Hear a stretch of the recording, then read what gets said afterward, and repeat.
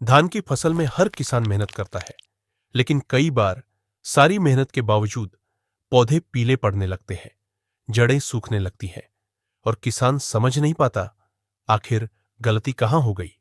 इसका कारण है मिट्टी के अंदर छिपे खतरनाक कीट, जिन्हें हम लाल कीड़े, घसी या कई बार केंचुए भी कह देते हैं। ये कीट पौधों की जड़ों को अंदर से काटते हैं, जिससे पौधा पोषण नहीं ले पाता और धीरे धीरे सूखने लगता है। लाल कीड़ों का असर सबसे पहले पौधों के पीले पड़ने से दिखता है। पौधे गिरने लगते हैं, कुछ हिस्सों में फसल पूरी तरह खत्म हो जाती है। अगर समय पर इलाज न किया जाए तो पूरी खेती चौपट हो सकती है। किसान कहता है, खाद भी डाली, पानी भी दिया, लेकिन फसल तो सूखती ही जा रही है। विशेषज्ञ बताता है, समस्या जड़ों में है भाई साहब। लाल कीड़े जड़ों को खा रहे हैं।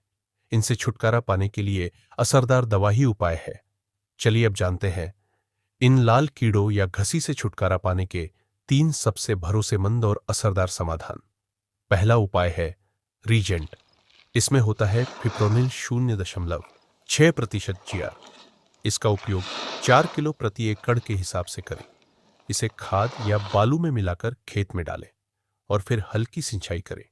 यह दवा मिट्टी में जाकर सीधे कीटों पर असर करती है और कुछ ही दिनों में समस्या जड़ से खत्म कर देती है। दूसरा उपाय है प्रोफेनोफोस 50% और साइपरमेथ्रिन 5% ईसी।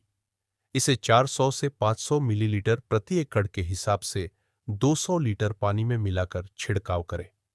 यह तुरंत असर करता है और कीड़ों की तंत्रिका प्रणाली को निष्क्रिय कर देता है। तीसरा उपाय है इमिडाक्लोप्रिड 70% वीजी। इसका प्रयोग 2 तरीकों से किया जा सकता है। पहला, खाद में मिलाकर 80 से 90 ग्राम प्रति एकड़। दूसरा, छिड़काव के रूप में 60 ग्राम प्रति एकड़।